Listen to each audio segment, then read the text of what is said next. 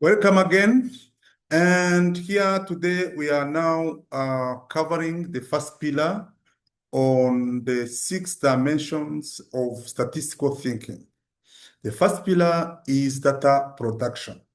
I think you remember the remaining dimensions of data of statistical thinking. If you don't, let us have a fresh reminder on them. So we said lastly that 6 strategic pillars involves data production, the one we are covering today. And the second one is the analysis within the context or considering the context of data or the real world meaning.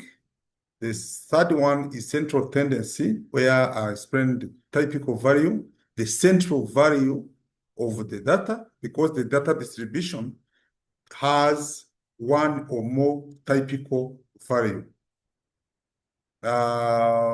This can be like average or the mean, can be median, can be mode. Those are the values of data that are the central or of the distribution of the data.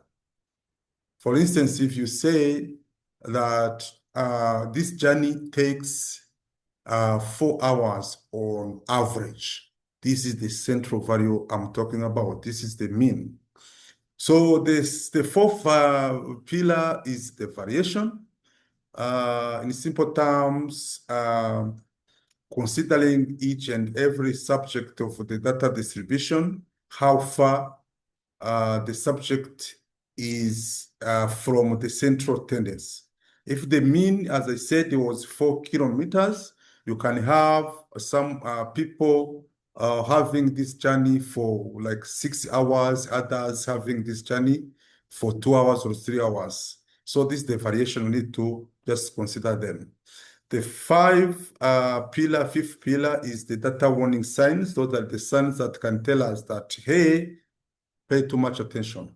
The analysis may be misleading because if you don't take this into consideration, that data is not normal, is not normally distributed. I think we'll be covering them when we arrive there. Next, the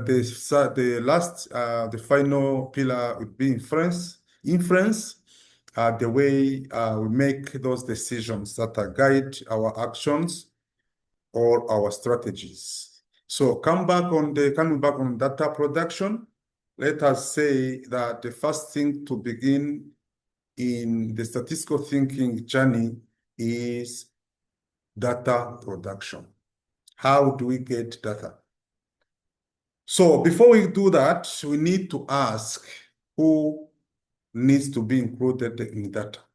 Is the entire population, the total subjects, like the total habitant of the country, or we need to go with a sample. A sample is a small subset of the total population, and we need to analyze to make our analysis on sample. Why? Because sometimes covering the entire population might be expensive. Also, in some instances, it cannot be feasible. So a statistical thing is built on analysis of the sample, mostly, not in all times. So we need again to question on how the data was collected and the measurements that were used to come up with the value that are the subject matter of our analysis.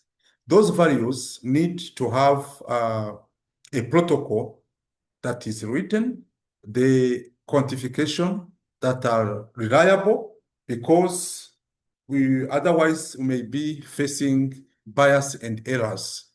And again, you know that poor data production will introduce bias, and bias will also lead to misleading conclusions. So in program evaluation, having a bias or errors in our thinking, the statistical thinking, This can mean that the program has worked well, while in actual sense has not. Or we can conclude that the program has not worked well, while in actual sense it has worked well. So before any analysis, we need to sit and ask, is this data trustworthy?